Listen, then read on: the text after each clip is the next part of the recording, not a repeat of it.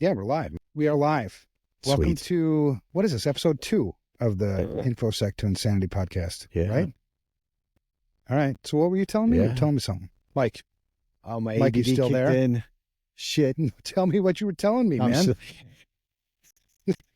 Damn. God, we were talking about how hot it was, and when we moved into this office, I convinced the facilities to turn it down a little bit. It's like it's 66 degrees. It's set for 66 degrees in my office. It's amazing. All right. So 66 degrees. 66 You're in your degrees. office. You just, I'll tell you. just, go ahead. I just got off an airplane. Like, Yeah. 20 minutes ago, got off an airplane. I was pretty stressed because I wanted to make here in time, and I scheduled a Lyft driver. He just took his sweet ass time getting to me. Like, hit every light, like going like 1 mile an hour the whole time. I hop in the car and I'm like, I gotta go, man. I gotta be somewhere before 9 o'clock. And he's like, Right. okay, we'll do that. And then he just, we'll do he that. had me at the office within 10 minutes from the airport to our office so I could get going on this. I was like, so. And where's your office? He got a massive tip. Our offices, we moved offices. We're at 7,500. We're in Eden Prairie now from Minnetonka. We moved in August. So 7,500 Flying Cloud. It's an old Boulay. It's an old Boulay building. Oh, yeah, I remember that. The Boulay building. Yeah, Where for did 212 and closed up shop probably. I don't know, to be honest. Wait. Think so? No, I No. just Aren't they accounting? Are they That's accounting his sound. people? Is that what they do? yeah. Tax. Okay. and a CPA firm. How do I sound, Mike? Do I sound good? Good. You sound good. You look relaxed. You look hot too. Yeah, well, I'm How's my sitting video? outside. I got a good video. You got good video. A little bright right there. I'm sorry. I'll put black Nope. screen up again. Black screen. Where were you coming from? I can't. I don't even know where I'm at. St. Louis. I was down in St. Louis for a ASCII event. Okay. Talking to MSPs, which was kind of cool. I launched Truth and Cyber down there. Yeah. With them. It was a really disjointed talk because I couldn't figure out how to talk about it quite, because my whole talk is really about honesty and transparency and how this industry is really messed up with, when I say industry, I mean cyber and IT. It's not just the cyber stuff that's kind of messed up with how we have a lack of transparency and honesty. Mm-hmm. And so I talk a lot about that, how these MSPs can bring that accountability, transparency, honesty, self-awareness into their business. And then how leading with that, and we talk about this on Sunsets and Snowdrifts about that credibility, the authenticity.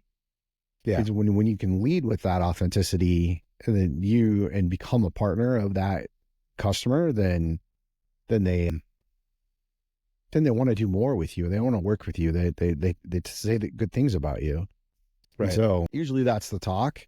And then this time I was trying to insert in like how Truth and Cyber fits in that, and how they all should sign the pledge and push towards that. So, which is kind of cool. I got a couple of vendors that go to the shows too, to talk about it and to sign the pledge. So to create some additional awareness around it. So that was it was good. It was good.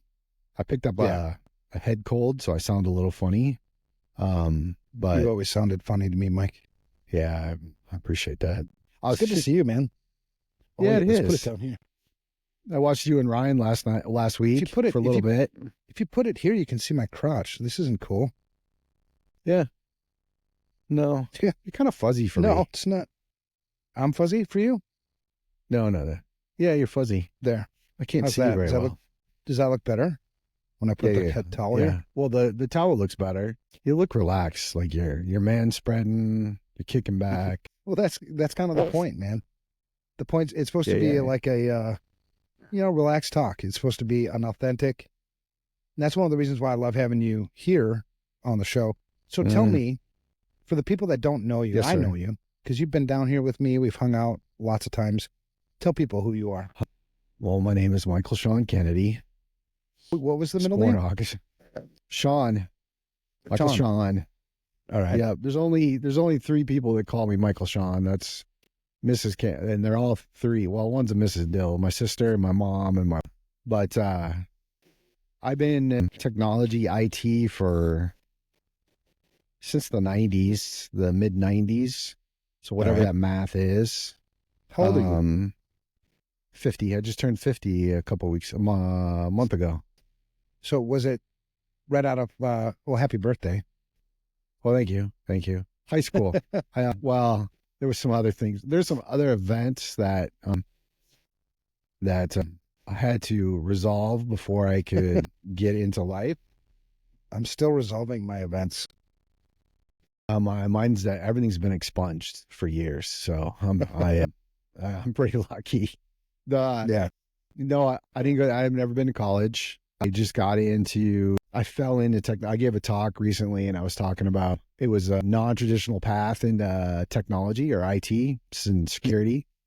And these guys I was on a panel with were talking about how they had been in IT, got their 4-year degrees, they did all this stuff, and so then it came to me, and I said, "Well, I may look like these people, but I didn't take that path. You know, mine might have started in jail. Mine might have started in, you know, maybe some addiction. Maybe it started in some other areas, but." And I told the story how I got into IT is I was doing a lot of temp jobs. I'd been roofing. I've done I was an HVAC contractor tech for a while at a hospital for about a year. I did a bunch of all kinds of odd job temp stuff. And I landed a temp job in a mailroom opening up envelopes. I didn't know what I was going to do with my life. And so first day I'm in there and a woman walks in and says, "Does anybody know about computers?" So I raised my hand because I at the time I knew how to spell computer, and I fell in love with it. And in 6 months they'd made me their IT administrator, and I just and then in that time, and for those you were around then, for those of us that were around in that kind of that .com era, if you were a geek, you could essentially do anything, right? And so then I started getting into consulting and talking to people, and I found some niche and Novell and Lotus Notes, and then started to do a bunch of consulting on that side. And then it just kind of trajectory went from there. But where I'm at today, this is going to be a long fucking story, so I apologize. No, man, that's what it's about. You don't have to apologize to me.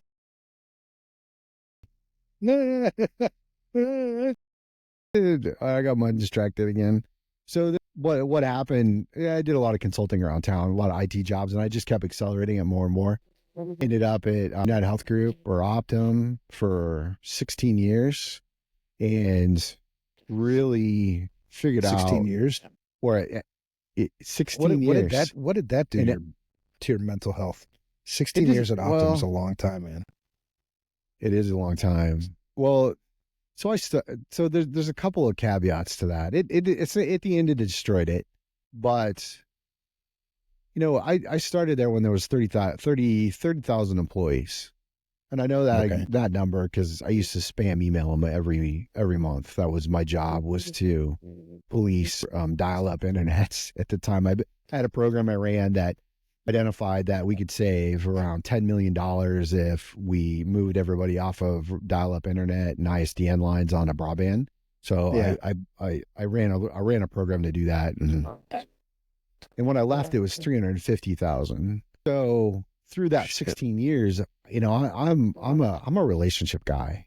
I love to build that authentic, meaningful relationship with people, and those relationships really are what saved me. There were so many intangibles that came along with that 16 years that enabled me to, everything, by the end, everything I kind of touched turned to gold because I was able to, partner with the right people, have the right leadership support and executive leadership support. Fell into, I always kind of say that I've been lucky, and I worked for a lot of that stuff, and I drove and I pushed and I forget about those things. I think it was luck that got me into those positions, but when I start telling the stories to people about how I had this idea to modify our internal, not EMR system not EMR, the pay system. Anyway, whatever. An internal payroll, system, like a payroll system. No, not payroll. It was HR Ariba. system. It was no, not HR. Procurement. What's the acronym for dealing with procurement stuff? EP, whatever. Who cares? Yes. So those along those lines, I had these ideas, and they would give me the breath to do those ideas, and that's what was successful. But at the end, I got really tired of the bureaucracy. I got tired of being told I had to fire people for no reason other than to reduce costs, cut headcount, good people. I got tired of having to take on employees that needed to be fired. Because I was good at firing people. The only one that in our organization that had let go people. That was my job. So they would find people, dump them over to me. Yeah. And then you started. And did you start Ostra right after you left Optum? Yeah. Yes. I might have been working on it a little bit before I left. Right. Probably shouldn't say that out loud, but I was working on it a little bit before I left, and then transition period. Yep. And then started Ostra in 18. I left in 18. Started right away, like 3 days later. We founded the company, and with really the focus to help the SMB space, and try to hut out that noise that the SMB space was hearing from other vendors and MSPs and the tool sprawl and all of that stuff. So what does Ostra do? 6 years. What does Ostra do? Honestly, I struggle with this a lot, and I should be better. I was just at a show and I had 100 people ask me, what do you guys do? And I think about so we're security as a service is what I call. Okay. We want to be an MSP. We want to be an MSP's security team. We want to partner with you as a business or an MSP and take care of the security aspects. So security as in endpoint, the management of an endpoint solution, the email threats, firewall, security awareness training, vulnerability scanning, all the pieces that are kind of adjacent to that security. And then SOC, have it all backed by our SOC and our SIM and the monitoring and getting into the remediation stuff. So it's hard to sometimes equate that to people because they want to look at it's commodity based or tool based industry. So what do you guys do? We have a tool. It's an EDR. We deploy it. It costs you $2 a user. And you can make, margin on it this way, and this is da da da da da. And that's it. Right. And when you come in and you're trying to be more of a services organization and you're trying to be more of a partner, and in a lot of those sales opportunities, and it's like, what do you want? What's your security threat landscape look like? What are you doing? What's your posture today? And it's usually those are the better conversations instead of a straight sale or telling us what we do.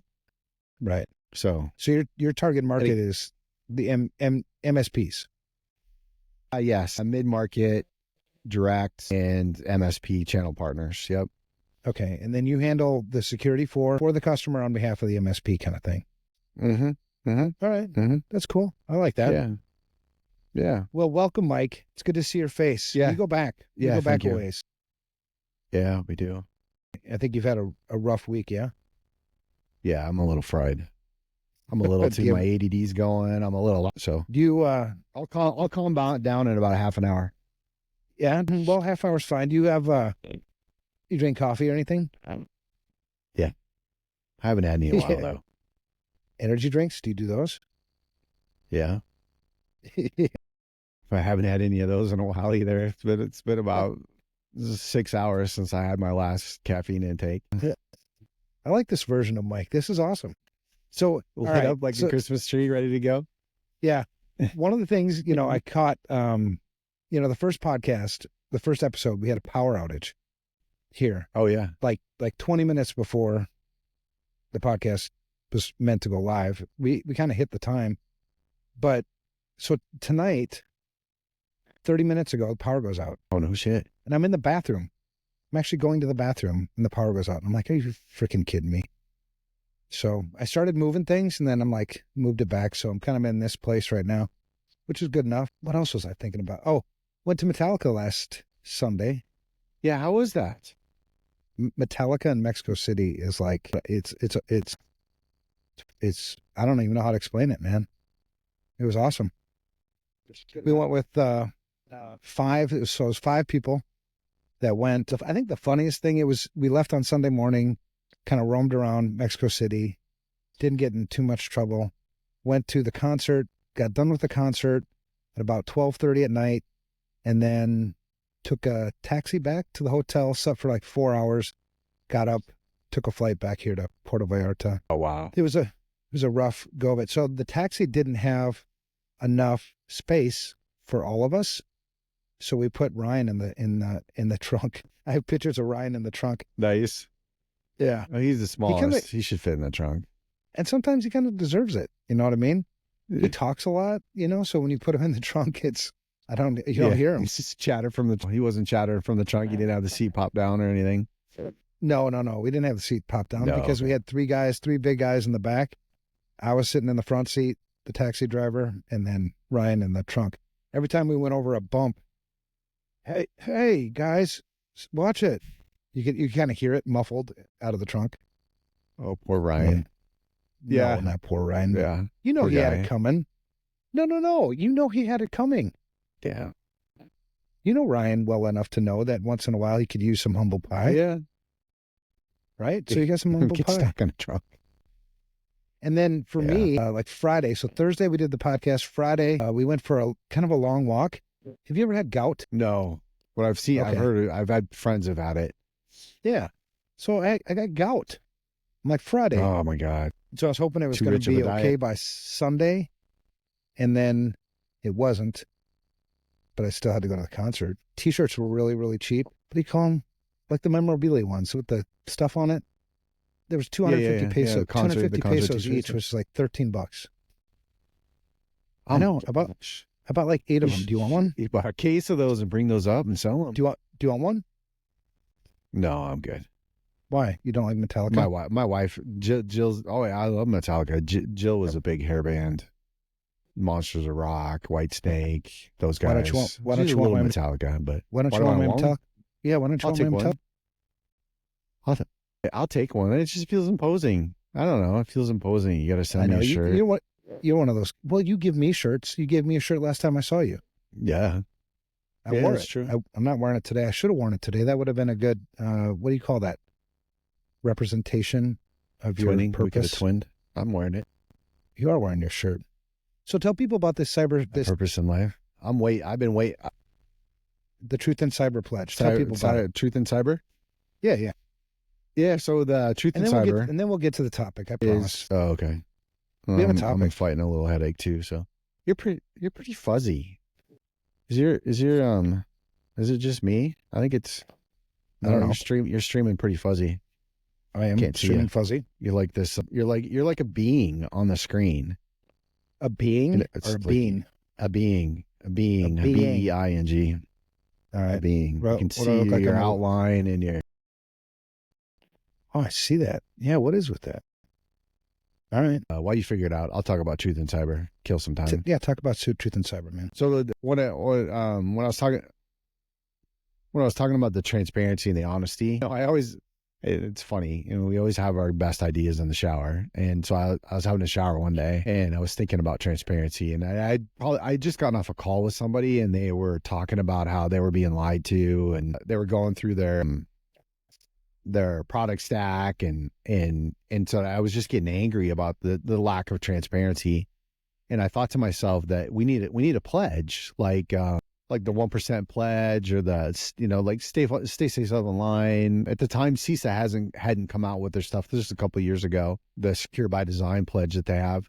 But there was I just had this idea that we need to have a commitment that we're going to change it. You talk about this and you've talked about it for years, how to, fixing a broken industry. Yeah. And how real that is. And it's just, it fits in all of that, right? It's when I talk to people about truth in cyber, it's really about that we're going to be honest. We're going to be accountable. Oh, there you go. You're looking good. You're looking Beer's good. getting long. Thank you. Thank you. Yeah, I was trying to get all fancy with the. It's not there yet. It's going to catch up. I was getting all fancy with the Insta360 camera.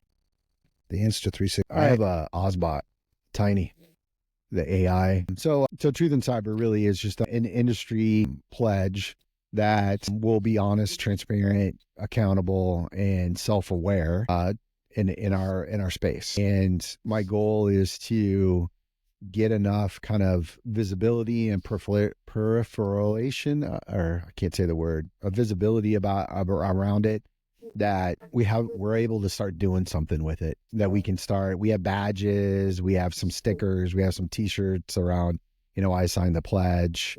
We want to be able to push that out to, partners or organizations that are abiding by that, so they can then show their customer base, or when they can go in and say, look, it's like, it's similar to what you see like in other industries, the certifications or accountability type stuff. So yeah, that's the goal.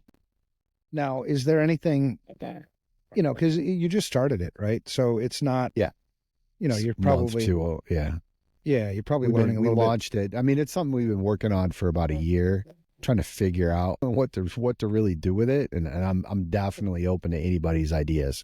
If anybody's got ideas on how to carry this, I'd love to listen to it. But yeah, go ahead. No, because you're one of those. You're a visionary guy, right? And so, most of us, we're good at making stuff. We're good at thinking things up. We create things, but we can't actually do things. Create a business plan for it, sell it, do all the stuff that you do for businessy things. Yeah. Yep. And so you come up with this, truth in cyber pledge, and that's like, all right, I need somebody to run it because I'm not that guy. Yeah. Right? Yeah. And for sure. And we're trying, we're doing some of it, right? We're blending in Ostra because we're the founding sponsors of it. So we want to make sure that we interspline it with what we're doing. But yeah, I was talking to someone this week we started talking about if we could do roundtables with it and have Truth in Cyber be a sponsor of some type of events and get others there to have CVSO conversations, or did you say enter into the interspline? I don't know. That's an interesting word. No, I don't know what that means. Yeah, interspline. Oh, maybe I did. Interspline. Hey, what I tell people, this isn't the caveat. I'm a farm kid from Iowa, so I make up my own words. I have my own stories in my head. I kind of I have my own language, so sometimes that gets intermixed in the conversation. So I don't know if interspline's a real word, but it sounds good. How we can blend the stuff together. It sounds like an executive word. Interspline. Sure. Speaking of executive, so now you're the founder of Ostra. Yep. Ostra. Ostra. Do you have a preference on how people say it? Ostra. Are you listening to me right now? Yeah, I got it. Are you live I got to streaming shut it off. us? I don't know what's going on. No, my phone just started talking to you. So sorry about that. Hey Siri. Oh, she can't listen anymore. I shut her down. Hey Siri. All right, so let's talk about the me. Us. Let's talk about me. Yeah, me. Who? What? Right. So Poor guy. Tonight's okay. That's another thing. I have to quit. Stop. I need you to hold me accountable to something. I say too much. Fuck. Yeah, now I'm going to hear it the whole time. I know, billionaire maker. Some guy, I don't know who billionaire maker is, but that was his username. Said I say so too much. We could make a drinking game out of this. Like every time I say so, you can take a drink. All right. Yeah. So from two guys. So who there don't you drink. go. What? I know. Right. I got an energy drink. So, Monster. Yeah. Right I don't have anything. I wasn't quick enough to grab something. This episode of the InfoSec to Insanity podcast brought to you in part by Monster and Energy Drink. Monster Energy Love Drink. to be. Yeah, maybe sometime. I got to get my shit together first. trying to figure out tech and moving shit around while I'm sitting here talking to you. Yeah, no worries. We'll get this done eventually. So the theme for tonight's, see, I said so again. What the hell? All right. So the theme, a needle pulling thread. Here's what I'll do. Every time you say so, I'll say a needle pulling thread. Okay. All right. I'm going to forget it though. I won't be able to do it. Therefore, let's get to the episode. Right? Would that be a substitute for the word so? Therefore? A needle pulling thread? Yeah. Yeah, therefore I a think needle pulling thread. But I have a problem with it too. Yeah. All right, let's get to business. Let's get down to business. Well, this is where the clips start right now. Okay. So, A game. You got it? A Yep. game? Here. A game. Yep. All right. The title for tonight's podcast is "What the fuck are you doing?" So when I saw that, yeah, my first thought is Evan gonna do is he planning an intervention on me? No. Should I be? Was this something about what did I do? Did I say something that was wrong? Because my mental fitness. Yeah, I said the word. My mental fitness, it then kicked in and reminded me that it's not about me, that we were going to talk about this industry and what's going on out there. So, yeah. But yeah. I have like things under my eyes. What do they call those? From styes? I'm tired. Oh, no. Styes? Bags. No. Bags. Do you? It's okay. Do you blink twice if you're being beat by... I'm always being beat by more or less. No, I am, to that point though, I was talking to John Herman today. Yeah. Am I the guy that says the things that nobody else wants to say? Or, do I do that? No. Yeah, you do. Okay. I think that's where we get along. Because I have a tendency to put my foot in my mouth quite a bit as well.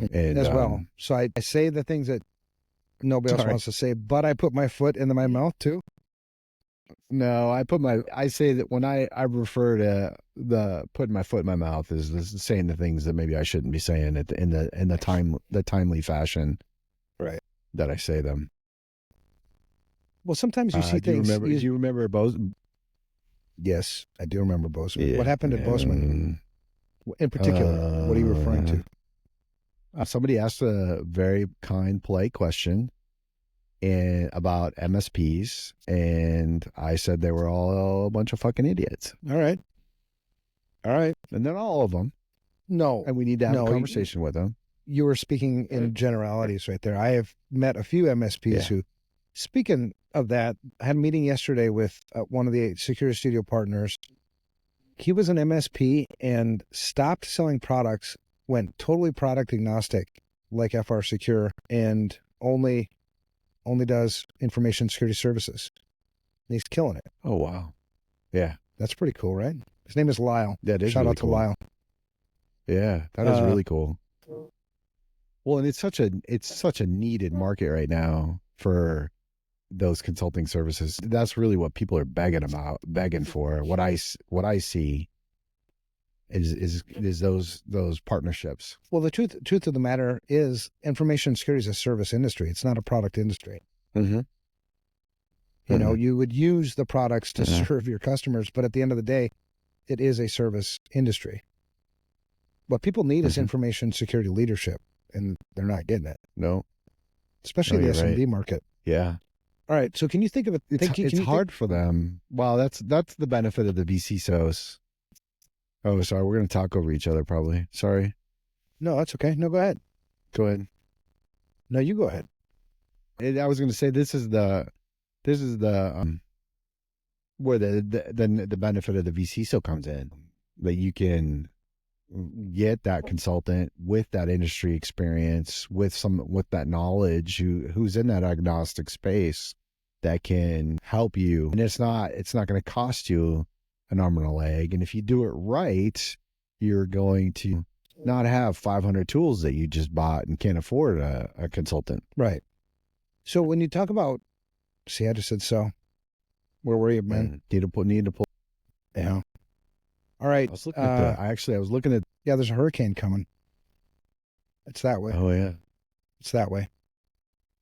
It's category 1 though. It's John, Hurricane John. Shout out to the people down in, was it Florida? What? Yeah. What are you laughing about? Helene? Hurricane John? Helene. Harmon. That's all I thought. Hurricane John, Harmon. But well, the last of the people sorry. that came down here for the Metallica concert, John Kittleson, he left this afternoon. So we're back to a quiet house again. Oh, good. Just me, 4 dogs, my wife, my daughter.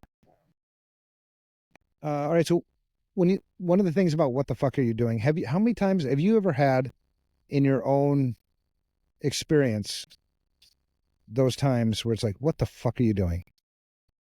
Yep. Yep. Share what you do. I'm trying to, the reason I'm pausing is I'm trying to make sure that I tell the story in a way that doesn't lead the information. So I'm going to blend a few stories together into one. Actually, there's probably a couple. One is having a conversation with a business, and we're talking through how their practices. And I think the question came up, do you have password requirements? And they were like, yes, we have password requirements. We're like, okay. So the compliance program had checked the box that they have password requirements enabled in their Active Directory, and off we went. So then I started asking, I started asking questions around applications, and the applications that you use, are they on AD? No. Oh, do those have password requirements? No. Well, single character username, single character password. And so as a user, their username was number 1, password number 1. So just 1 logged them in. Unfortunately, this was a very critical application that had HIPAA data. It had PCI data. It had business IP, obviously PHI, PII through it. It had all of those in a single system, and there was no. And so that was a moment. I've had moments of, I just had a conversation with a guy who was talking to a firm, and they got ISO certified. They went out and they got ISO 27, whatever, certified. And he's talking through with them around all the ISO certification and what they did. And he's asked them, the story he told me, he asked them about their physical security. So they have security cameras. I said, yep, we have security cameras. It's over there, the machine right there. It captures all the video and stores it. And then he's like, okay, do you access it remotely? No, we don't access it remotely. It's all on-prem. Okay, but do you back it up? What do you mean back it up? It was a $200 Best Buy computer that they bought. They hooked it into their security system, and they didn't even think about that. Well, their compliance, because of their industry, they have to have a 1 year of camera and not have video recordings of up to a year of stored, and not having backups of those cameras, not having, on a machine that doesn't have a warranty, $200 computer. As soon as that hard drive tips over, they were non-compliant, and essentially we're going to, if it happened, they were going to get fined by the government. Because it's government, what they do is regulated by U.S. government. And the comment was like, well, that would cost us money. We'll see. And then they left it. And those are, and I was thinking about this of how do we, I mean, I understand, I get where the business goes and the business drivers and the financial implication of things.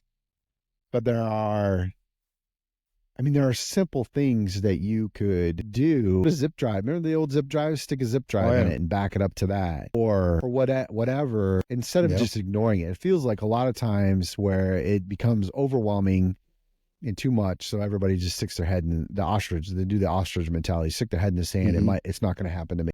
And I get it's, but go ahead. Sorry. No, yeah. When I was thinking about, this episode, the what the fuck moments, there's so many of them. I had trouble trying to figure out like which one would be the most entertaining for people. Right. I mean, it's yeah. I mean, I can think of a half dozen, from the Target breach and some of the things I saw there, to just casual conversations you have with people. I had a guy, one I talk about, often is, after the CrowdStrike breach. Right. The CrowdStrike breach itself was a what the fuck moment, right? And people make mistakes, right? And it's been written about and talked about over and over again. But some of the things, one of the things that makes, I think, good security people is situational awareness. You see things and you're paying attention to things that maybe other people aren't, obviously, I guess. Yeah, whatever. And one of those things was, George Kurtz. I was talking about this earlier today. I remember George Kurtz before he wrote his book that made him famous, right? His book, Hacking Exposed. And he is, I know enough about George Kurtz that he's got a really big ego, right? A really big ego.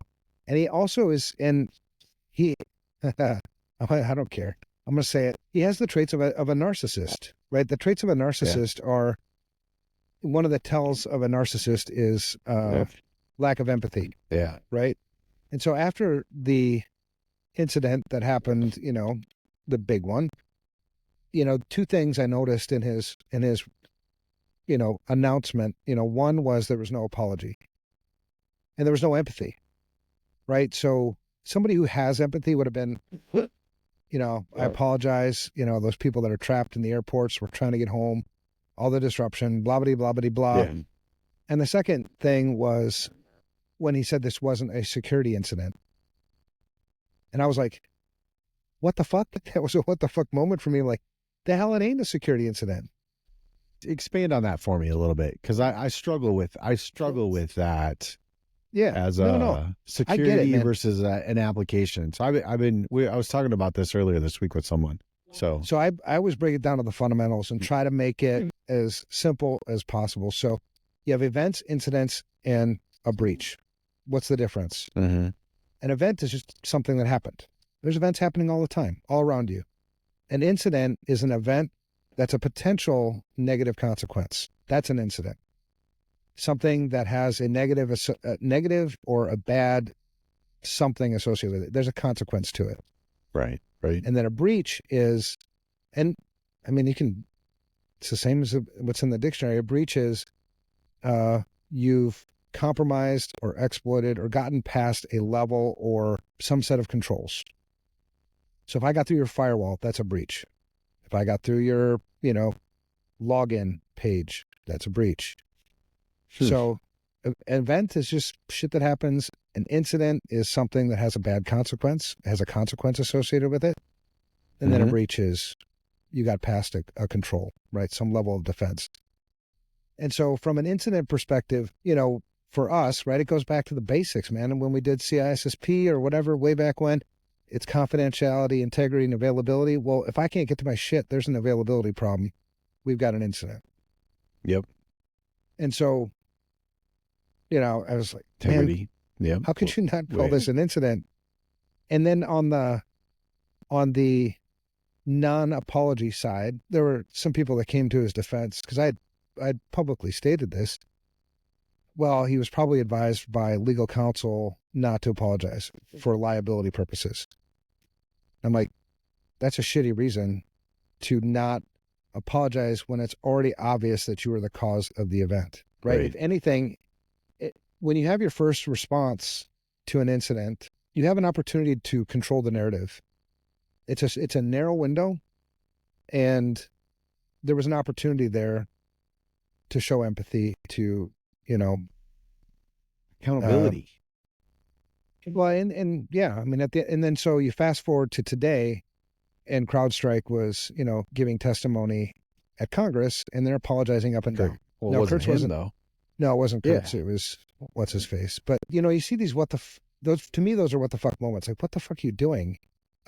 You take what was the big breach with the hell? I'm trying to think of the name of it now. What the heck? There's always big breaches. The water system. Yeah. Which one do we want to take? A SaaS application. Pick them all. Take SolarWinds. Oh, yeah.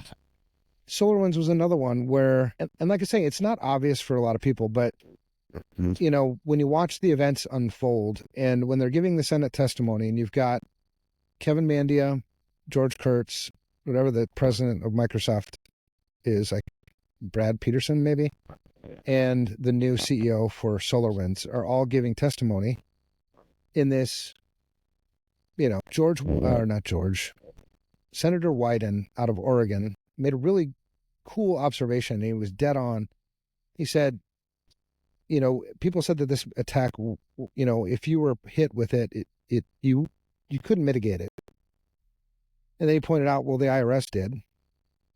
The IRS mitigated it. And we already know this. So it's like the people that said you couldn't mitigate this attack were like, here's a newsflash. Every single attack ever, now, in the past, and in the future, it's possible to mitigate. Now, the question is, should you have mitigated it or should you not have mitigated it? You know, that's a different question. Right. So this particular attack, the IRS was able to mitigate this attack. And when he said that, I was like, oh man, of all the damn government agencies that mitigated it, I wish it wouldn't have been that one. But they did.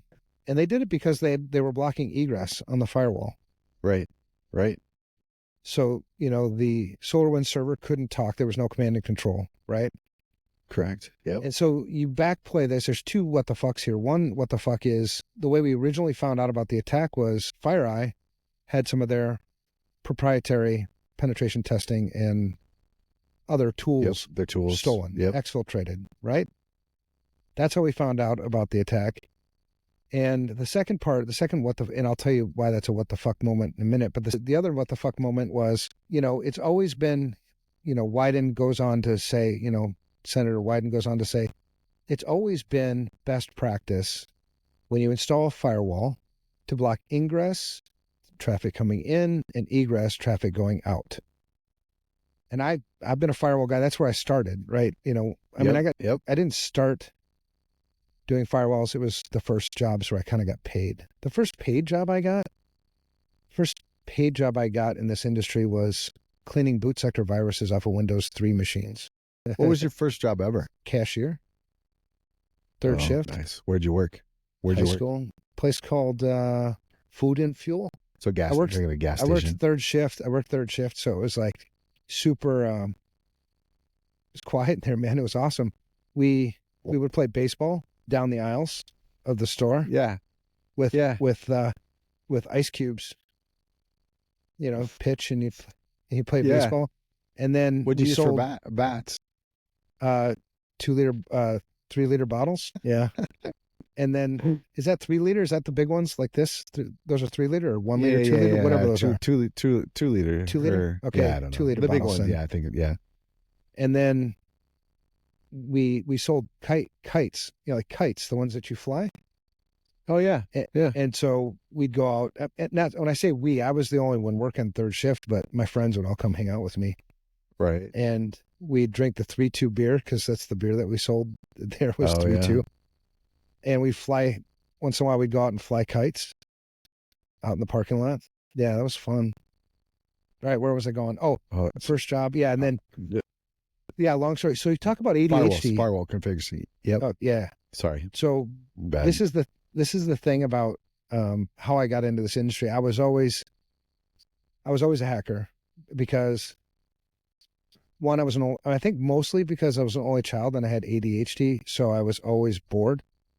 And so I was always interested in how things worked, and I'd always break things. My dad was always pissed off because I was always breaking everything. And I didn't get a lot of attention from my dad. This isn't like a pity party thing. I didn't get a lot of attention from my dad, but I realized that whenever I broke something of his, I got his attention. So I learned, like, I'll just break some stuff, and the degree to which I break and what things I break will determine how much attention and what kind of attention I get, kind of thing. So it almost kind of became like intentional. The first thing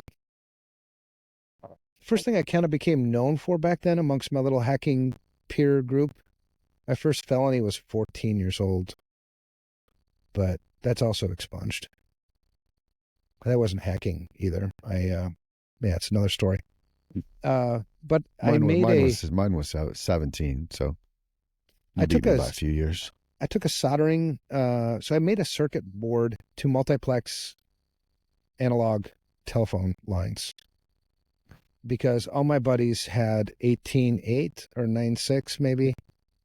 18 meaning 18,800 bits per second. It was cool. I wanted to be, that's one of the things we used to do back then when we were hacking. It was more bragging rights, right? Like, holy crap, dude, what'd you do? So I made this thing, try to be cool. And so I ran a phone line across my yard into my neighbor's yard, tapped into his phone, the phone box on the outside of, and I was getting double the speed of everybody else. Yeah, I did that. And that lasted for a while because you couldn't do that until nighttime because the neighbor was probably still using their phone. And so I'd do it at night. And one night, so it was always late night stuff. And then one night I fell asleep and my dad got up early to go out and mow the lawn. And I forgot to pull my cable back and he rode over my cable. That was the end of that. Yeah. All right. So the what the fuck moment. Back to so the firewall thing. Yeah. Firewall configurations. Yeah. Ingress, egress. Yeah. So when I was installing my favorite firewall was the Pix 520. I love that firewall. It was a big 4U tank. And every time I ran my, installed firewalls I took a lot of pride in my work, man. Took a lot of pride in my work. Ingress, egress. I knew what was going on in my network. I was responsible for my network. I would get angry at myself if somebody told me something about my network that I should already know. Like, if you told me the network is slow, it's like, damn it, I should know that before you told me. Right. So that's the way I grew up. I always ran it that way. So when Senator Wyden said, this has been guidance forever from whether it be from the NIST, whether it be from NSA, whatever, was the proper installation of a firewall is to block ingress and egress. And so he pointed this out. And then he asked each one of these guys, first starting with Kevin Mandia, yes or no. And this is almost exactly what he said. And you can go look at the transcript. Oh yeah. Yes or no, would a properly configured firewall have mitigated this attack? Starting with Kevin Mandia. Kevin Mandia starts with, it depends. He says it depends, and then he goes on to say, last year, FireEye did 600 penetration tests, and never once did a firewall stop us. I'm like, that wasn't the damn question, man. The question was, would a properly configured firewall have mitigated this attack? Right. And the answer to that question, wants to know how cool you are. Yeah. Right. And the answer to that question on a yes/no basis is absolutely yes. Yes. It would have mitigated this attack because you have no command and control, right? You still have the crappy software and what have you. And then he went on and Kurt said the same thing, and so did Brad Peterson and whatever. So there was that what the fuck moment. And then he went on to say, Mandy ended his kind of statement on this point with, yes, it would have mitigated the attack. However, it's operationally cumbersome. And so I'm thinking again, like, what the fuck? It's operationally cumbersome to use something the way it was meant to be used. When you think of this as like, I'm a skilled craftsman, right? Right. I get paid well. I don't know about what other people get paid. That's why, you just keep raising the rate until I don't get billed anymore, which is awesome because I don't have to go to meetings anymore. But right.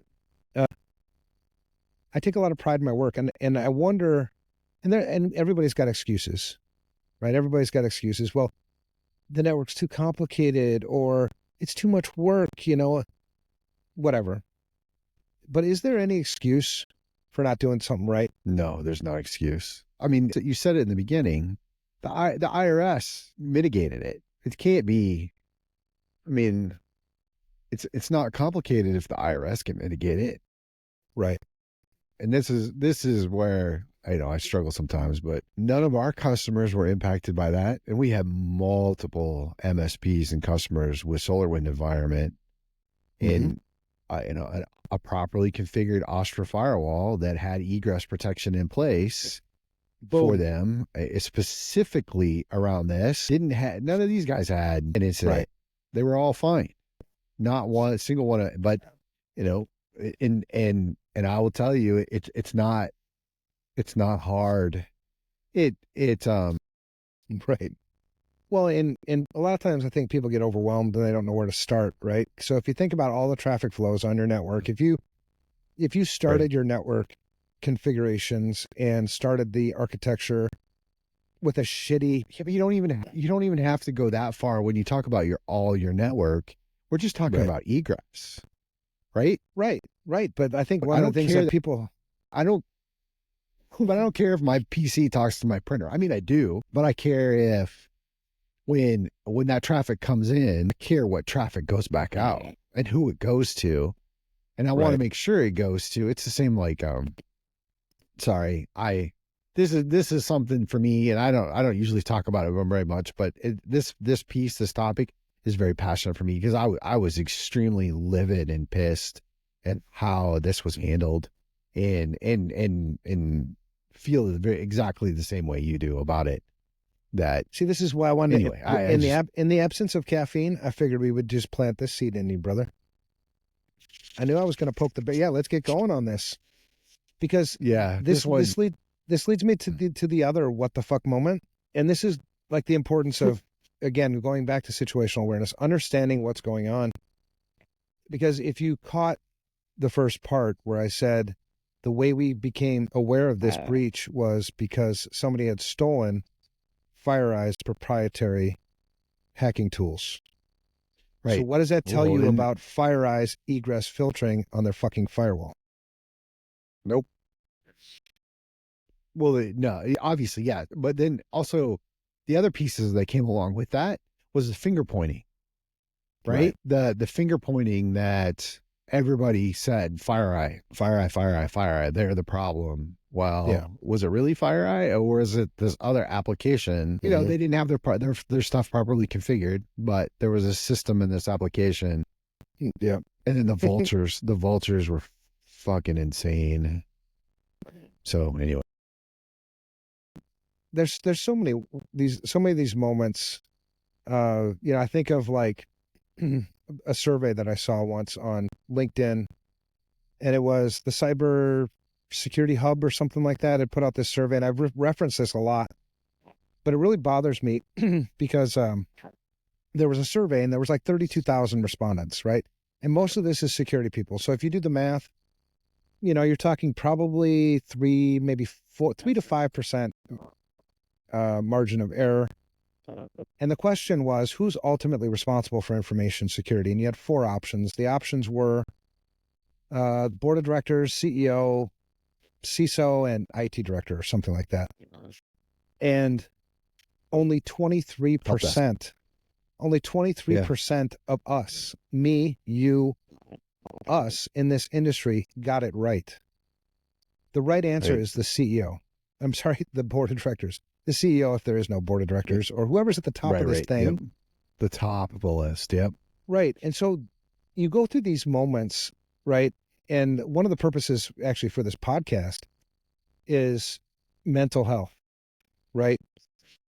Because I look around and when you see 23% of us getting this wrong, and you and I have been in this industry for 30 years, it's like, holy shit, really?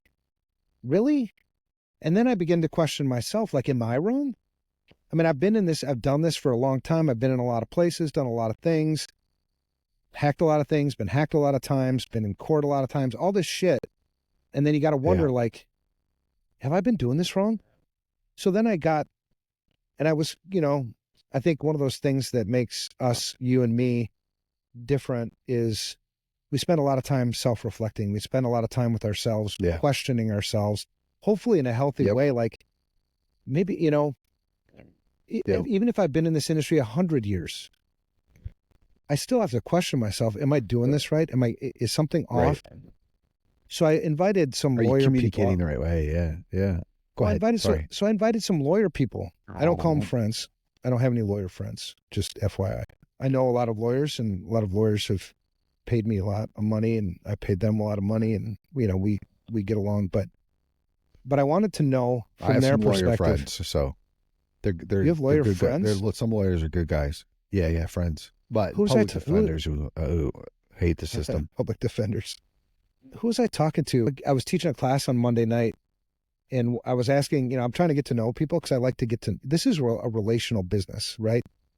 Great. Yeah. 100%. I can teach you the security stuff, man. It's not rocket science, but, getting to know people. So I was asking, like, somehow the topic of lawyer came up, and one of the students said, yeah, I was in law school, but I didn't finish. And I was like, well, thank God, because we can be friends then. So I invited lawyers out. You have these lawyers. Yep. Lunch. The only way you can get lawyers to go to lunch with you, by the way, is if you pay for it. So I had 4 lawyers at lunch in Edina, and I posed the same question to them. Because at the end of the day, who enforces accountability, right? It's law, legal stuff, whether it be civil, criminal, whatever.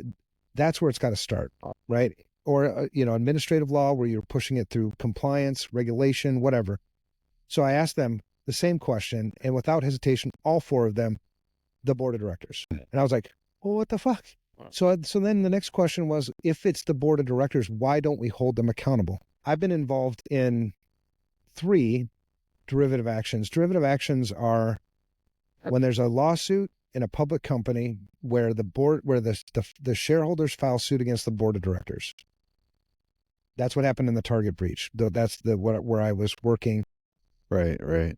It's like Target suing Target. And when that happens, the court appoints an impartial body called the Special Litigation Committee. And our job is to conduct a very thorough investigation and make a recommendation back to the court on whether or not it should proceed. Right? So this is an effort by the shareholders to hold the board of directors accountable for the management of their assets. Right? And I spent on the Target one, I spent 14 months, all lawyers and me. I'm the only security guy there. And at the end, and all along, they're like, Evan, what's your opinion? I'm like, it's negligent as fuck, man. There's no way. Why wouldn't you patch that damn system? Why did you have single factor authentication on the portal? Why were you storing, admin credentials on the intranet site that was accessible from the extranet? Why were all these things? Yeah, it's absolutely just stupid. But the recommendation back to the court was not to proceed. Case dropped. And that happens over and over and over again. And I don't know. I think I need to get a lawyer on this podcast. I would love to have an in-depth discussion on what the fuck are they doing? Kind of figure out.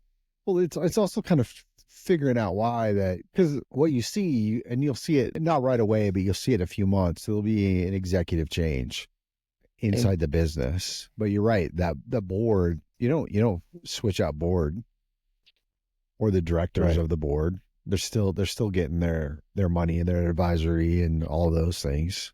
Right. Or you hold the CISO accountable. But the CISO can't be held accountable. The reason why you can't hold the CISO accountable is because you haven't empowered them to do that job. Correct. If you were going to hold the CISO accountable, then you'd have to give them the authority to make the risk decisions on behalf of the business, and you'd have to give them the checkbook. You're not going to do that. And you probably shouldn't do that, because there's lots and lots and lots of CISOs out there who, I wouldn't trust. No, there'd be, no. And so that's a lot of computers would get taken away from people in that aspect. Right. Speaking of that, I did, one of the companies I used to work for way back when was U.S. Bank. And U.S. Bank, I built their incident response team-ish. Yeah. Yeah. I don't know if I'm going to tell the story. Because I don't know. Okay. We'll come up with another one. No, I should tell the story because people count on that. Gary Hodges was, Gary want Hodges, the truth. I just said it. Gary Hodges was the CISO back then. And Gary Hodges, this was about the time when phishing was like a big thing. Banks were getting hit hard with phishing. And we had a whole team that was dedicated just to, phishing site takedowns. I mean, they did lots of those. And Gary Hodges was this guy who would go up get called to these Senate committee things because he was all about show, right? And he would say things like, we don't have, to the whole team, right? It was a big security team. We don't have to be secure. We just have to be more secure than the other guy. And I would raise my hand like, Gary, yo, that's not true. we have the one thing everybody wants. We got money. And, we run the intrusion detection systems, and we're seeing the attack traffic. They're not looking for low-hanging fruit. I mean, they start there, but then they continue. But Gary Hodges was a funny guy. On the what the fuck moments for myself, I have those every day, daily. Yeah. Yeah. I break a lot of things.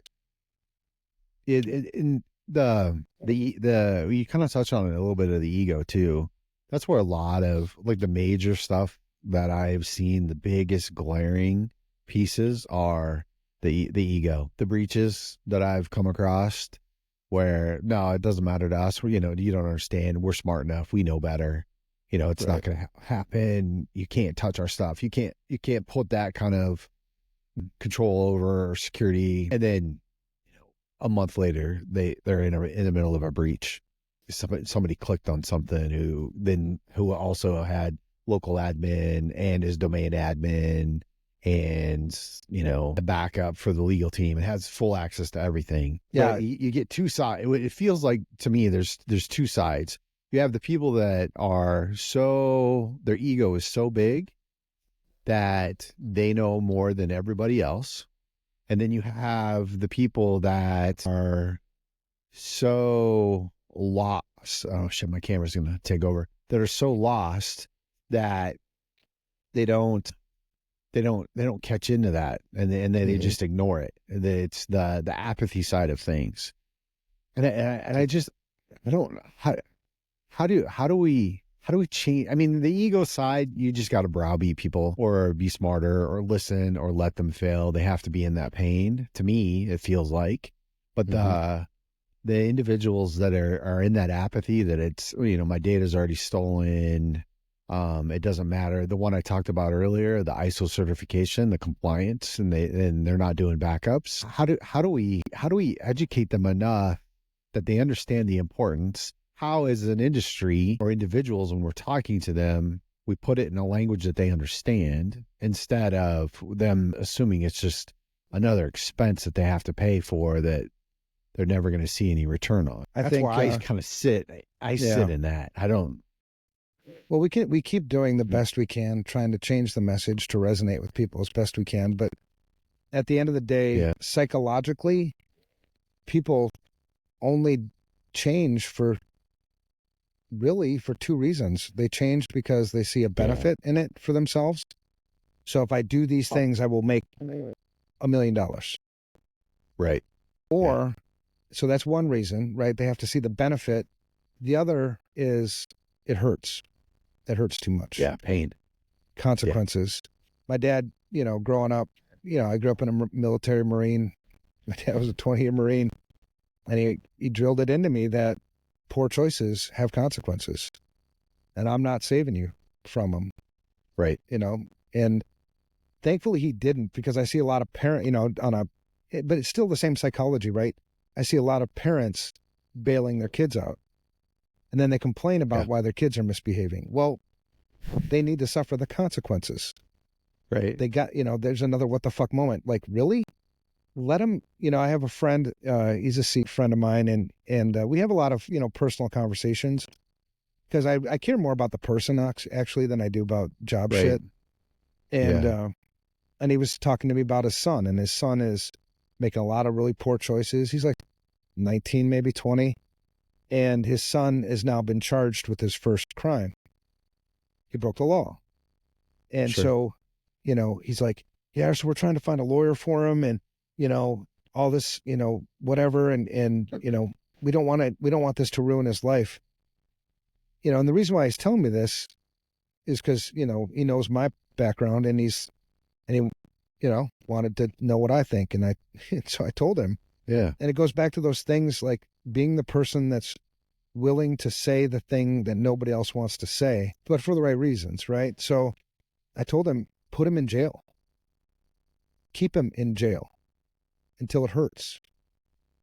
Because that's the only way he's going to change. If you keep bailing him out, there's no consequences for your bad behaviors. Why would you ever stop the bad behaviors? It's more fun to do the bad things than it is to be responsible, get up in the morning, take a shower, pay your bills, you know. Yeah. He's going to keep playing that game. And I think the same thing with information security. We continue to bail people out.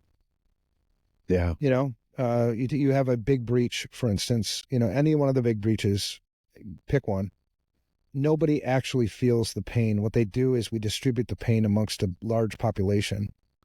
And so, like, if the bank, even if I get fined as a bank, right? I get fined, you know, $10 million. Well, I'm just going to raise fees for everybody. And everybody's just going to have to pay a little bit interest more. rate. Yeah. Yep. It doesn't hurt enough to inflict. Really impact our user customers. Right. And, you know, when you take you take like, if I gave my username and password out to an attacker and my multi-factor to my bank account, right? And you drain my bank account, I don't suffer any consequence for that. By law, Regulation E, you have to give me all my money back. Now, I don't want anybody to suffer, but once people actually suffer, like if I, you know, if my neighbor went through that and I'm like, oh, dude, you lost all your money and you're over here borrowing money. Well, how did that happen again? Shit. Because you reused your password? Okay, honey, let's go change passwords quick. I don't, you know, people would take notice. Right. You know, so I think you have this good intention of saving people from themselves, but at the end of the day, they got to suffer. Otherwise, they're not going to change. So you hit on something there a second, like learning from somebody else. So I do that. I mean, I think some of that is the self-awareness that we were talking about earlier, right? Because you have this self-awareness that you know, I learned about egress during the target breach. That was, you know, anything after that, the self-awareness. All that data went out port 21. Yeah. Right. So then it's kind of the same thing of like you talk about the passwords and the systems and the stigma associated with a breach or a loss of data or something as well as a part of this. So I guess when you were talking, what struck a chord to me was if we're more open and transparent about the impact and what's happened individually, then maybe we'll start to learn from each other. I don't want that to happen to me. And it was because you reused the password. Okay, well, you know, instead of ignoring it, like, oh yeah, I use the same password as well. No, it's taking that action, having that self-awareness to like, okay, let's go use different passwords. Let's go. Right.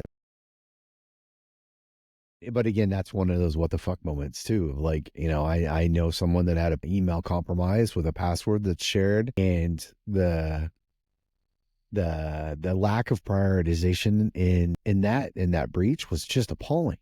I couldn't understand it. Well, I mean, it goes back to this continual irresponsible use of technology.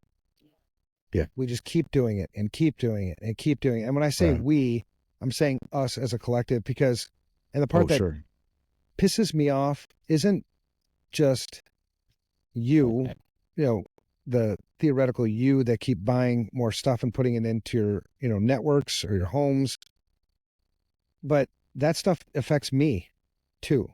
Yeah. I'm responsible for myself. I know how many nodes are on this network right now.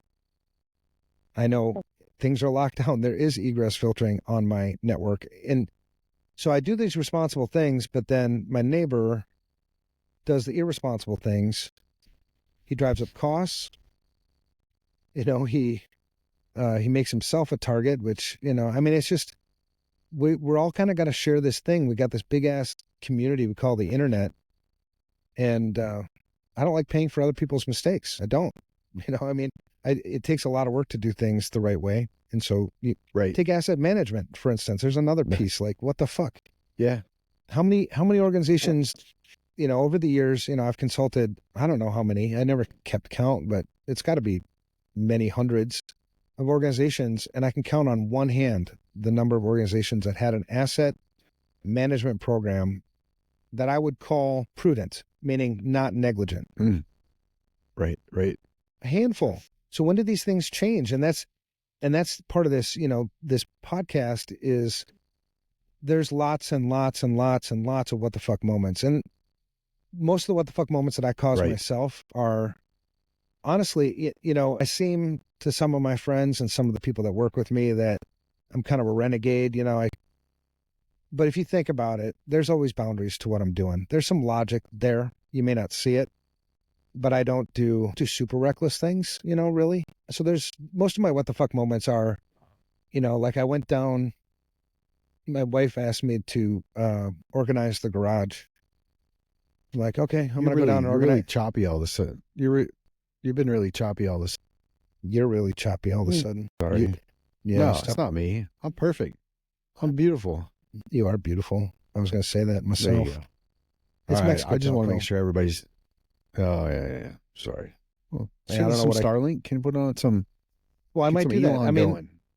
well, it's like each podcast, I'll dial it in. Right, first podcast was like it was a miracle that I just got it up and going. The second one, it's kind of the same. At least I got that part. The third one, yeah, we'll work on the bandwidth, work on doing some quality service on the network. Well, you have Oscar next, so I do have Oscar next. I love that man. Yeah, he's. There are a few people in your life that are uplifters. They just every time you talk to them, you just get uplifted. Joy. Yeah, he's one of those guys. He's one of those guys. And actually, I was talking some smack about Ryan earlier. He's actually one of those guys for me too. Most of the time, I have no idea what the hell he's saying because I don't know what the hell you're saying, man. I mean, I don't know how you even got to what the hell you're talking about right now, but you lifted me up.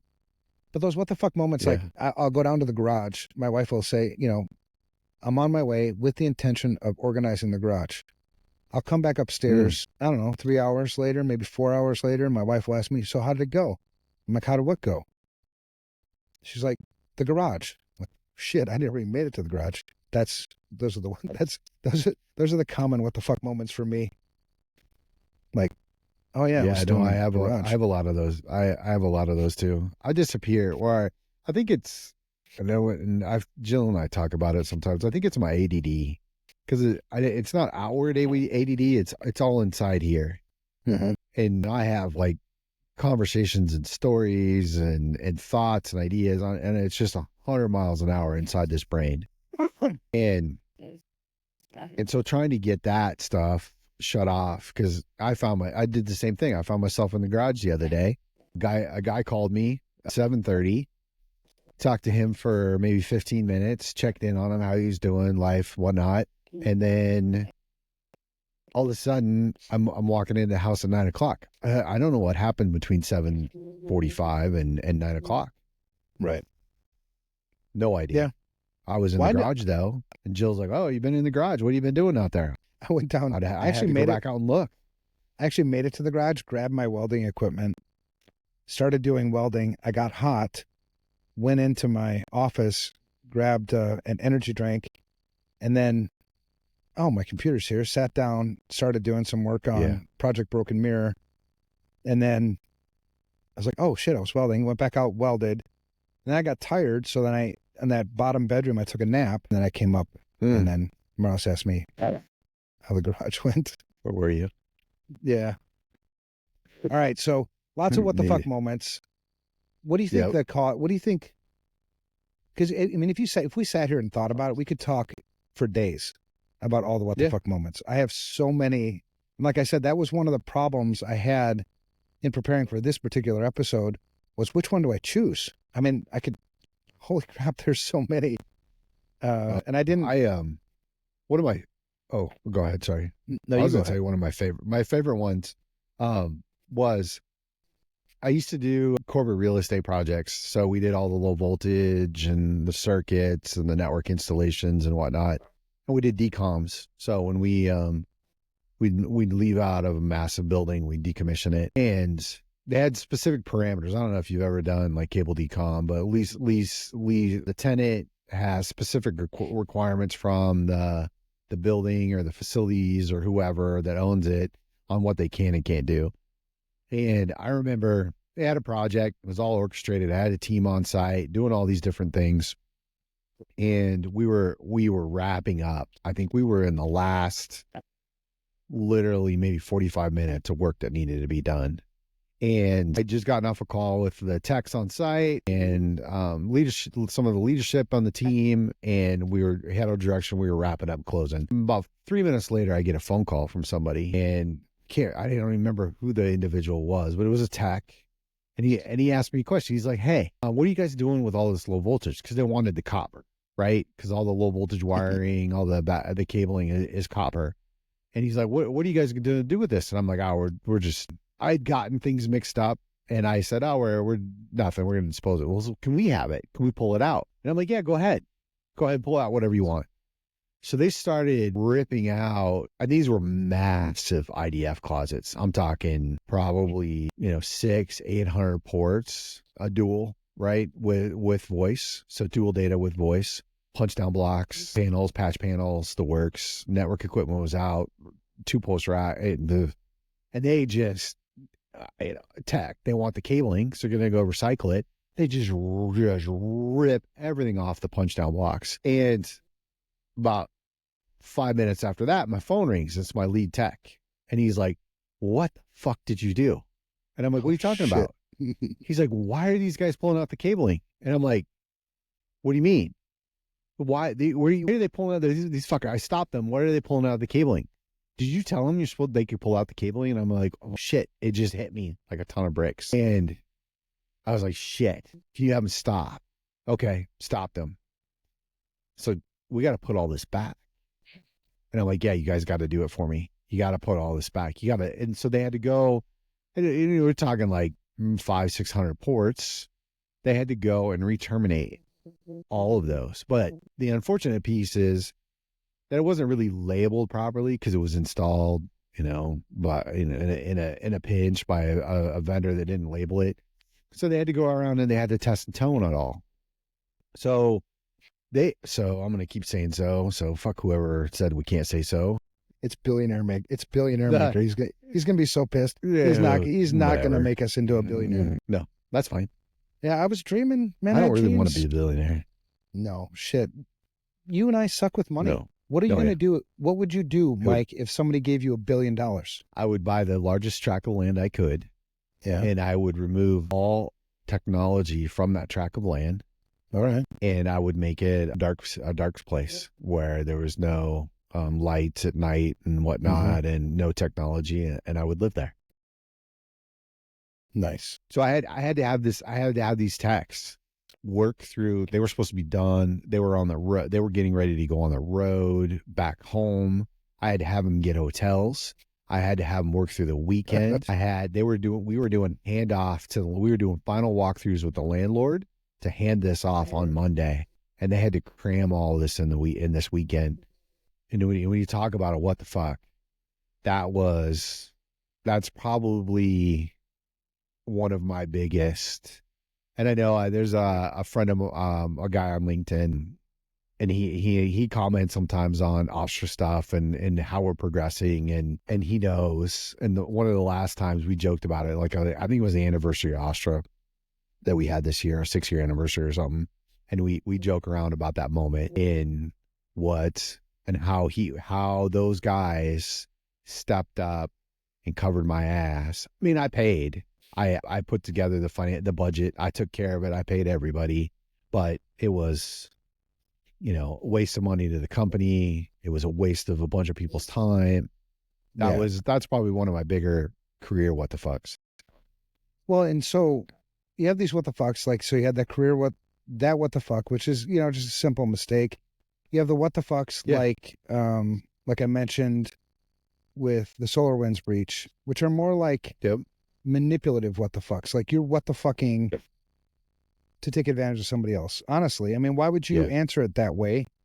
And then and then there's the what the fucks that I was talking to a friend of mine today on incident response. He needed some help or whatever, and there's, for me, and I think for most people, the best decisions come when context is super important, for sure, but when you're in balance between emotion and logic. When emotions take over, like say anger, right? Think about a heated argument you might have had with a friend or your wife.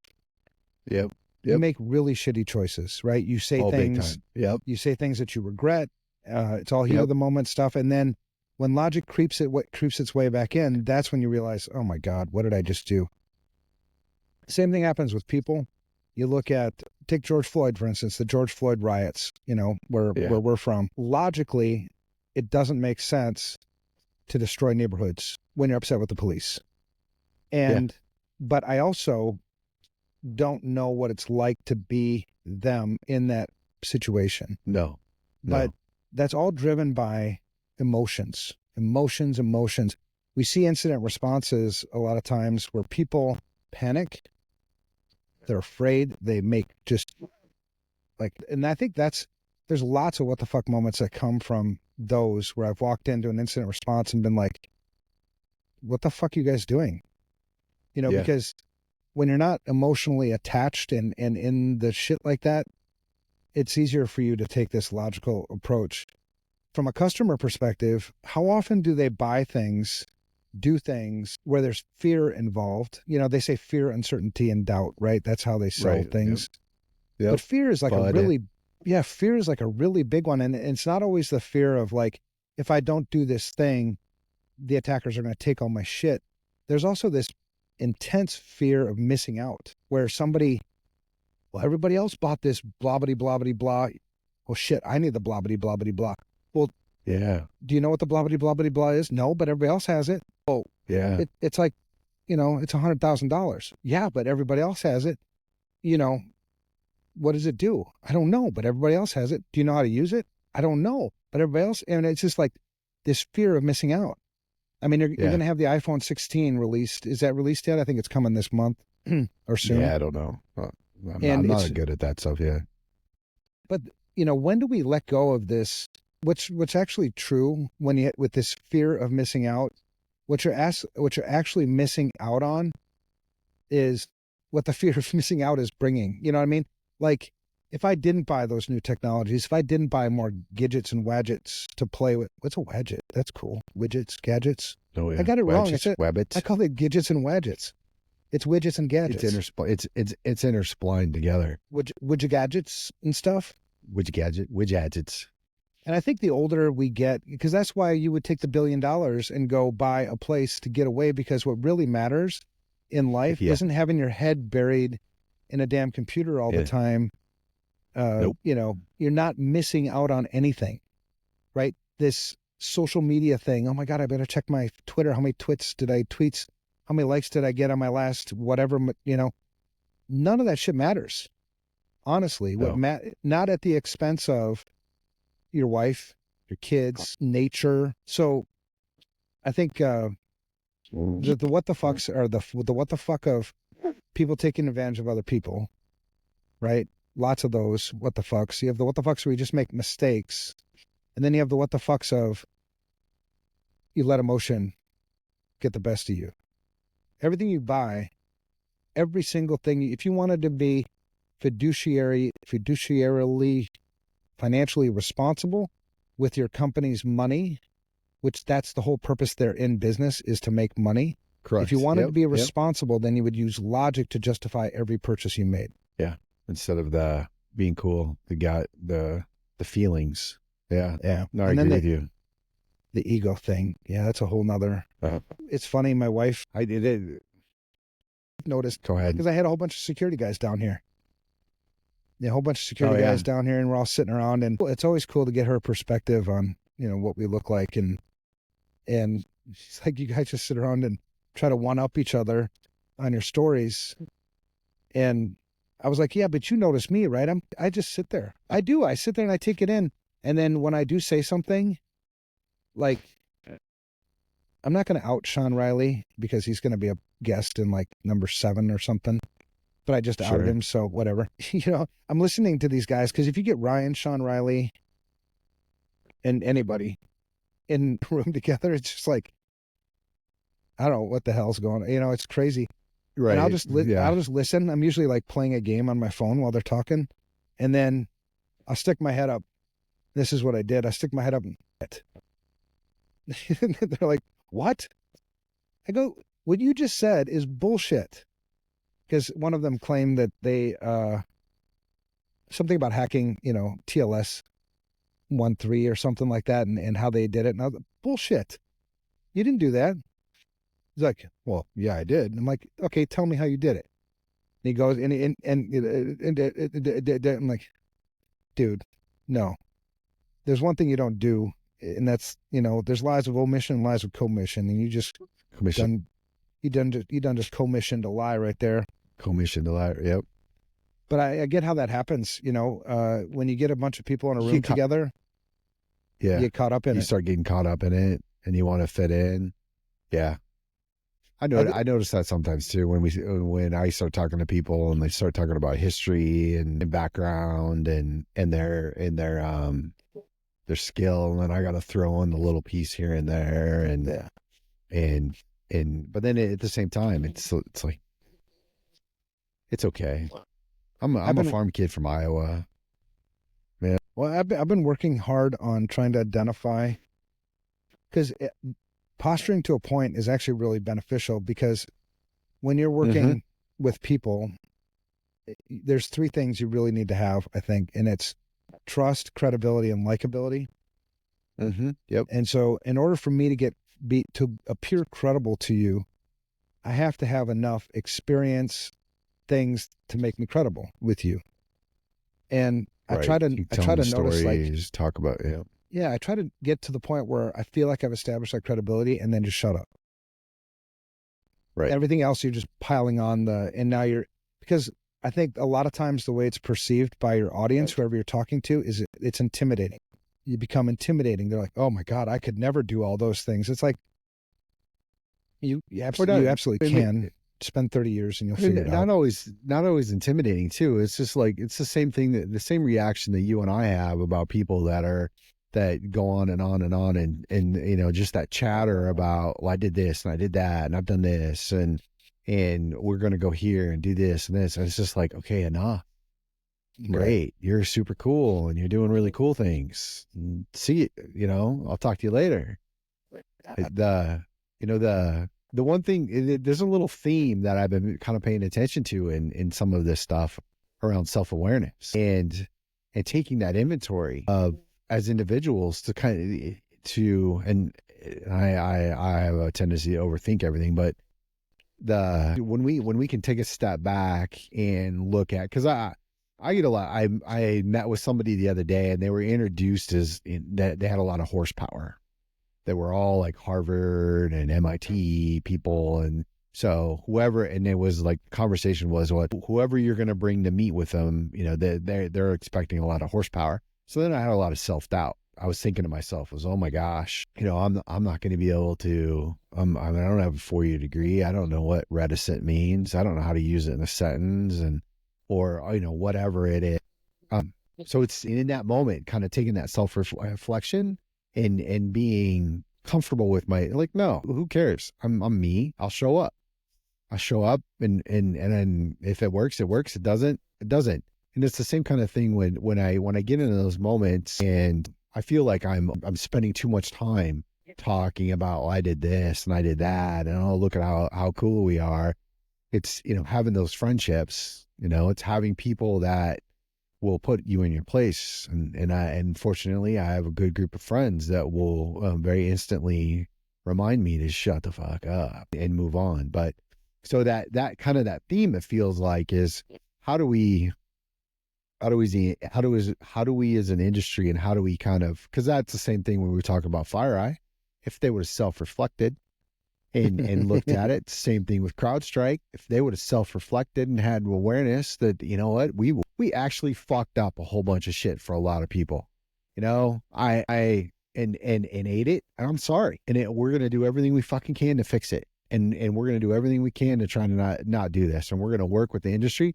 And then it would have been nice to hear from others in the industry instead of pointing. I think of remember The Simpsons with what's his face that would point and go, ha ha. That's what I felt like all of these shit.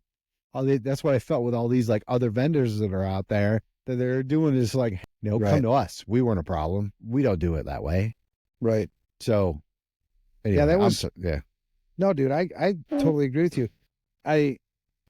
There's these moments like you realize why you're here, right? I mean, I'm not here. Yeah. And I think if you feel really comfortable on, your purpose for being here, and we should always ask that, like as a CISO working at a company, why are you here? Right. And if you say, what's my value?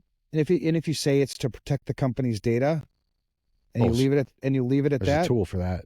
well, and if you leave it at that, no, that's not enough. No. If the company's mission or purpose is to make more money, how do you enable that? How do you make that happen? Because if you're tired of being seen as a cost center, then you got to change your game up a little bit. Yeah. I love going into meetings. There was this meeting I was called into because it was somebody who claimed in order to be a vCISO, at a minimum, you have to have your CISSP. Sure. And so I asked, okay, because you have to open yourself. I mean, when you do feel comfortable in your own shoes, you open yourself up to, you have to, you entertain these things. Okay, tell me why. Yeah. And maybe you got a point. I don't have all the answers. I'm never going to have all the answers. So he said it was, if you don't, and there's a breach, you could be found liable for it because you didn't have a CISSP. And so this is before I'd met him, right? And so, and he knew nothing about me. I love these meetings. I get invited to this meeting, and he immediately goes into this posturing stance. Posture. He's done all this shit. I don't know, it was maybe 10 minutes in to the meeting of him talking about himself, where, I said the same thing I said down to these guys. I said, that's bullshit. He goes, what do you mean it's bullshit? And I said, well, you said that in legal proceedings, that you leave yourself exposed because you don't have a CISSP. That's never the case. It's never been the case in any of the legal proceedings I've been in. And other things that you said about legal proceedings just drove home the fact that you'd had never actually been in a legal proceeding with respect to information security. I don't think you've ever been deposed before. And I'm just saying that because from where you're coming from, boasting about you need to have a CISSP in order to consult a small to mid-sized business on what they should be doing about information security comes from a place of just bullshit. Right. And honestly, it starts with your ego. And then we got, that led to some, interesting. More posturing, finger pointing. No, it was, no, because then because it's almost like bullying. I saw this same thing when I was a kid. When I was a kid, bullying. Bullies would do this. They would come off powerful, strong, intimidating, like they know all the shit until somebody puts them in their place. And then they're like little puppy dogs, and I don't know, sticking to the point about, do you actually need to have a CISSP to be a vCISO? If you have a valid point beyond bullshit, I'm interested in hearing it. If it's just bullshit, no. Right. And then he's like, well, what do you know about the CISSP? I'm like, all right. I don't want to go here, but right. I've been a CISSP for fucking ever. I've taught, probably well over 100,000 people from 100 different countries to get their CISSP. He's like, oh yeah, how?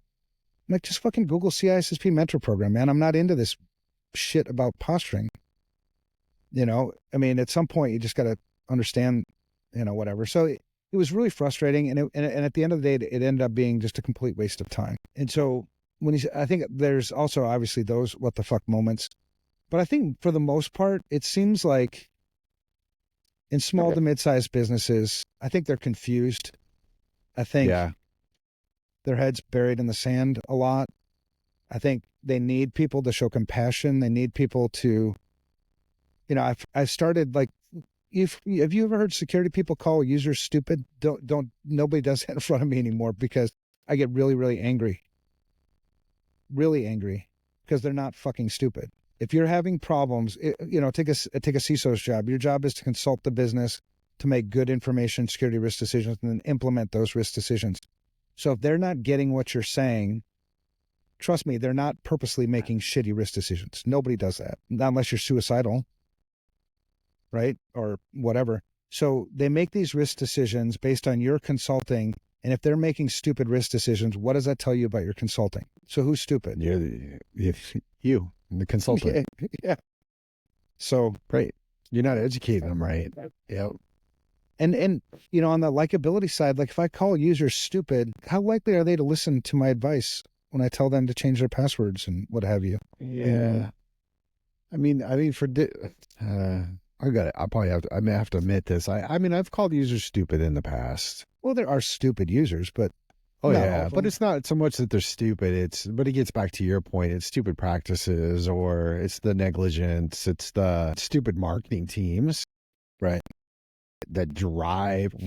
Why would you let a marketing team be the one that drives your technology footprint? I mean, I know the answer and I know it very well, but that seems stupid. Right.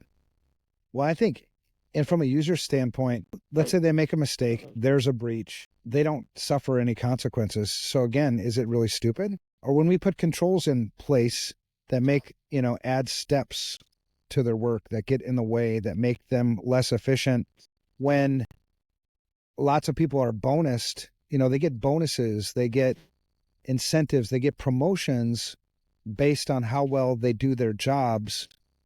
Yeah. And then here comes security guy, hey, multi-factor authentication again, and, super complicated, blah, blah, blah, blah, blah, in order for you to get shit done. Who's stupid? I think they're actually pretty damn smart because they keep figuring out ways to work around us. Oh, yeah. I think the stupid is probably more on our part. I did that with the boys. They have standing bug bounties because I have, the network at the house, it's firewalled and all that stuff, but I have a standing bug bounty for every proxy redirect that they get from their buddies at school on how to play games on the school Wi-Fi. If they can get it to work at our house, then they get $5. Nice. See, incentives. Yeah. When you looked at like healthcare, for people that were around, healthcare information security is a complete shit show, right? Across everywhere I've seen it, but there was a moment. Yeah. It was 2011, 10, when they came out, when we had meaningful use requirements. So meaningful use requirements was a reimbursement method to incent you to adopt electronic health records, right? To buy an EMR system to put it in. And so essentially the government would pay for a large portion, if not all, of your implementation of electronic health record systems if you did these meaningful use requirements. Now, the last meaningful use requirement was to do an information security risk assessment, right? HIPAA came out in 1996. The security rule was finalized in 2003. And in the letter of the security rule, it's always been, you have to do an information security risk analysis of administrative, physical, and technical safeguards. So it's there. Nobody was doing it. Nobody gave a shit. There's no audits, no consequences. So it drives home that point, like nobody's going to change unless there's either a benefit to them or there's a consequence associated with it. Right. So it wasn't until meaningful use requirements, now there's an incentive. So you're going to pay me to abide by the law. Right. Right. And people were doing it. I mean, we had FR Secure we had more business than we could handle from healthcare organizations, hospitals. And then that went away, where hospitals, no longer got but then came with, the wall of shame and OCR. But even on that, there's really no consequence, really, because the Department of Health and Human Services doesn't do audits. They do investigations. So post-breach, you'll probably hear from the OCR, which is the Office for Civil Rights. But they're so backlogged right now because there's so many damn breaches. It might be 3, 4, 5 years before you hear from them. Yeah. On the Blue Cross Blue Shield breach, because I did a lot of the work after that breach, OCR didn't settle. That breach happened in, fuck year was that? 2015? They didn't settle until 2021, maybe 2022. Hey, I got a text message. I got a text message that we're frozen online. That's too bad. Our eyes are closed. They'll just have to wait for the recording. Yeah, screw them. Yeah, screw them. Oh, Ralphie. Ralphie was the one. Mel texted Ralphie. Ralphie, was the Simpsons character. Ralphie. Yep. Did I do that right? Yeah. Yep. You exactly. You try it. Got a point of fame. Well, look at. Oh, I'm getting a new tat on Saturday. Oh, what are you gonna get? Right on this fist. Yeah. The Mexican eagle with a Mexican what is that? flag. You'll have to look it okay. up. And then on this fist will be the American one. Oh, that's pretty cool. I know. I need to get in. I want to get some more tattoos as well. Come down here. Come hang out with me, Michael. Yeah, that would be good. That would be easier. Because up here, the good guys are always so booked. Right. You got out like they're 2 to 3 months out, that type of thing. Nobody's can't walk in and get a good artist anymore. But dude, I love you, man. It's awesome to talk with you. It's we're coming up on 2 hours, so we should probably bring this. Oh my gosh. What happens when honestly, I could sit. No, don't worry about it. I could sit here and talk to you for hours and hours because there's so many similarities. You and I are both in this game for the same reason. I go to bed every night, and we're the epitome. I mean, honestly, of mission before money. If you focus on the mission, you will make money. My God, there's plenty of money to be made. You don't have to cut corners. You don't have to take advantage of people to get your piece. No. I go to bed every single night knowing I didn't take advantage of anybody. And with that, it's doing that daily inventory. I'm a strong believer in that daily inventory as I go to bed. How did I hurt anyone? Did I do anything that I should have changed? Do I owe any amends? Do I need to go back? Do I need to do any of those things? So there's things that we need to do better and improve. Yeah. Yep. So what's your closing advice for avoiding what the fuck moments? Like, I don't want to be a victim of a what the fuck moment. What would you say to me? I would say to you 2 things, depending on the what the fuck moment. Mm-hmm. We're human. Mm-hmm. There's always going to be what the fuck moments. It's true. There's a level of acceptance to with those what the fuck moments in our personal lives, right? It's the ones that like disappearing into the garage or that type of stuff, the relationships, the work, and the what the fucks around ensuring, that we just talked about that, taking inventory and ensuring that as an organization, a business, that you're not fucking anybody over or screwing anybody over. Outwardly, it's holding people accountable. It's telling people like what you started this whole conversation with earlier is it's taking the time to talk about the hard stuff and hard stuff with people and then call it out, get active in the different pieces around, that really is, that's it. Because the only thing we control is our actions. We can't control our emotions. We can't control our feelings. We can't control other people. We can't control that stuff that's going on in life. So, yeah, I love that, man. That's great advice. And I think, I always view, I'm so much more, I think, of a black and white kind of guy. Yeah. Right and wrong, right? And there's always this. So like when Wyden asked that question, yes or no, those are my kinds of answers because either it is or it isn't. And so when I think of like what the fuck moments, I think from the offender and the victim, because you have the vendors who are like wolves in sheep's clothing who take advantage of people. And if the victims, if we're less victim-y, we could fight those guys a lot better.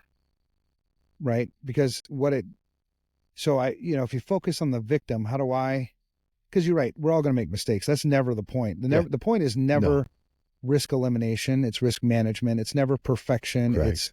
It's progress. You know what I mean? It's not ending cyber risk. Fuckheads. No. Right? Right. So it's like, in order for me to be, what's one piece of advice I would give somebody to be less victimized? And it would be situational awareness. It'd be pay attention. Yeah. Yeah. Ask everything that you do somewhere should be rooted in a why. Why? Right. So vendor says, I need to buy this. Why? Why do I need to buy that? Right. And if they say, well, because everybody else is buying that, what they're capitalizing on when they say that, what they're capitalizing on is your FOMO, your fear of missing out. Right. Right. That is not a reason. It's not a logical reason for me to buy your shit. Nope. You know, I don't go to the hardware store and buy a new drill just because there's a new drill. If I don't need a fucking drill, why am I buying another drill or a table saw? Let's say I don't even know how to use a table saw. It's dangerous to use a table saw when you don't know how to use a table saw. It's dangerous to use some of the software you have running on your network right now. It's dangerous to use that stuff when you don't know how to use it. My dad is missing 3 fingers because of a table saw a year ago. So, right. Yes, it's dangerous to use a table saw. Yeah.